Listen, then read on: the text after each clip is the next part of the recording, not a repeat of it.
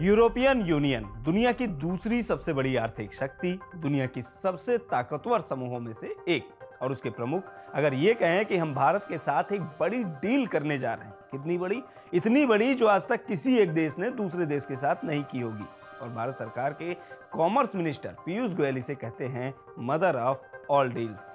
तो जाहिर सी बात है, ये कोई छोटी मोटी डील तो है नहीं, वो भी ऐसे समय में जब भारत के आर्थिक हित अमेरिका के राष्ट्रपति डोनाल्ड ट्रंप के निशाने पर हैं, जो लगातार टैरिफ लगा रहे हैं और उलूल जुलूल बयानबाजी कर रहे हैं। जवाब में भारत ने भी दोहरे मापदंड को लेकर चेतावनी दी। लेकिन एक सत्य ये भी है कि अमेरिकी टैरिफ ने भारत के सामने चुनौती तो पैदा की ही। ऐसे में भारत को एक नए बाजार की तलाश है, जो यूरोपियन यूनियन से बेहतर कोई नहीं हो सकता और यूरोपियन यूनियन के पास भी इसकी पर्याप्त वजहें हैं। लंबे समय से अमेरिका के साथ स्थिर रही रिश्तेदारी अब डामाडोल हो रही है, कभी ग्रीनलैंड को लेकर तो कभी यूक्रेन को लेकर। ट्रंप के दोबारा आने के बाद चीजें तेजी से बदली हैं और यूरोपियन यूनियन अमेरिका से आगे बढ़ने के मूड में है और भरोसेमंद साझेदारी के लिए भारत एक अच्छा विकल्प है। तो आइए समझते हैं क्या है ये डील जिसे मदर ऑफ ऑल डील्स कहा जा रहा है।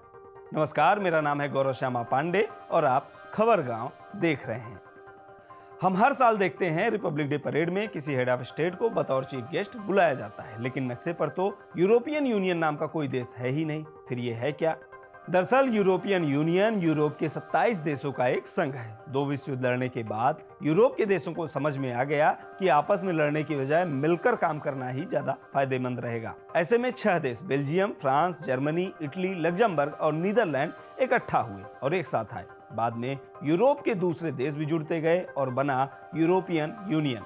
आज की तारीख में यूरोप के 27 देश इस यूनियन के मेंबर हैं। यूरोपियन यूनियन ने लोगों के लिए एक देश से दूसरे देश में स्वतंत्र रूप से आना जाना आसान बना दिया। वे यूनियन के किसी भी देश में रह सकते हैं, पढ़ाई कर सकते हैं या काम कर सकते हैं। उदाहरण के लिए फ्रांस का कोई व्यक्ति इटली जाकर वहां काम कर सकता है या बेल्जियम का कोई छात्र ग्रीस के किसी यूनिवर्सिटी में एडमिशन ले सकता है और पढ़ाई करने जा सकता है। यूनियन की अपनी संसद है, अपना कोर्ट है, अपनी करेंसी है। $20 ट्रिलियन से बड़ी अर्थव्यवस्था वाला ये मार्केट दुनिया के सबसे बड़े ट्रेड ब्लॉक्स में से एक माना जाता है। और इसी यूरोपियन कमीशन की प्रेसिडेंट उर्सुला वान डेर लेन और यूरोपियन यूनियन काउंसिल के अध्यक्ष एंटोनियो लुइस सैंटोस दा कोस्टा, बहुत लंबा चौड़ा नाम है, दोनों भारत आए हुए हैं। बतौर चीफ गेस्ट 26 जनवरी को होने वाले रिपब्लिक डे परेड में शामिल होंगे। जैसा कि हर साल होता है, भारत अलग अलग देशों के राष्ट्राध्यक्षों को बतौर चीफ गेस्ट बुलाता है, लेकिन इस बार कहानी थोड़ी सी अलग है। बतौर चीफ गेस्ट ये उपस्थिति मात्र औपचारिक नहीं है। भारत और यूरोपियन यूनियन के बीच फ्री ट्रेड एग्रीमेंट होना है, जिसे शॉर्ट में FTA और हिंदी में मुक्त व्यापार समझौता कहते हैं। क्या है ये FTA?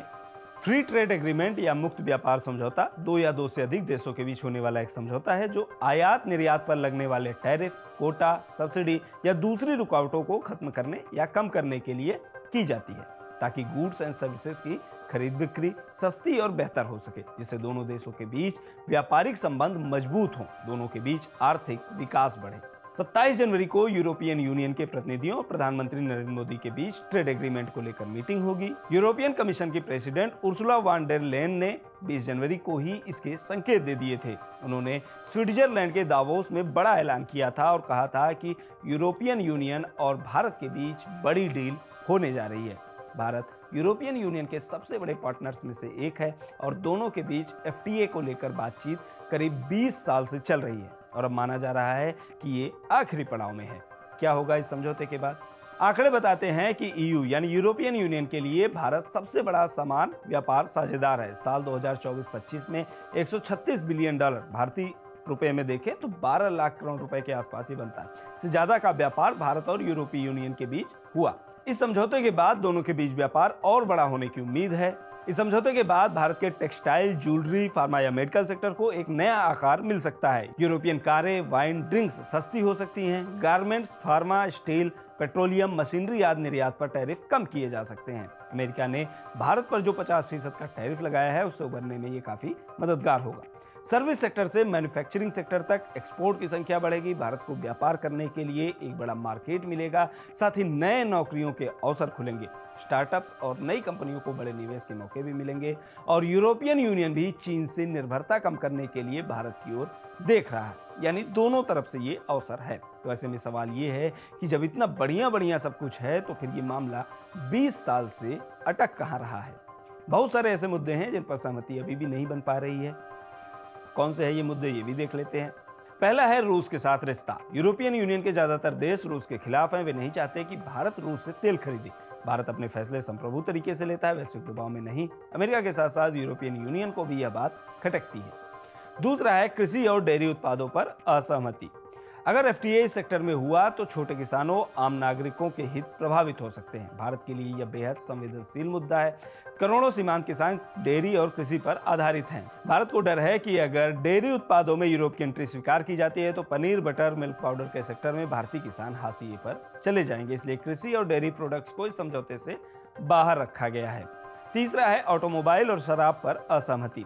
यूरोपियन यूनियन की मांग रहती है कि भारत यूरोपियन कारों, वाइन और विस्की पर लगने वाली भारी इंपोर्ट ड्यूटी को कम कर दे। ईयू का कहना है कि भारत में विदेशी कारों पर टैक्स 70% से 100% तक हो सकता है। भारत इसे धीरे धीरे कम करने पर विचार कर रहा है, लेकिन इसमें एक बड़ी दिक्कत यह है कि विदेशी निवेश और व्यापार को इजाजत मिली तो घरेलू उद्योग पर संकट आ सकता है। कुछ उद्योग पूरी तरह से खत्म होने की कगार पर आ सकते हैं। चौथा है carbon border adjustment mechanism. European union का नया कार्बन टैक्स भी भारत की चिंता बढ़ा रहा है। 1 जनवरी से लागू यूरोपियन यूनियन के इस फैसले की वजह से भारत का स्टील और एल्यूमिनियम निर्यात पर अतिरिक्त लागत आनी तय है। भारत इसमें छूट की मांग करता रहा है। यूरोपियन यूनियन ने अभी चुप्पी साध रखी है।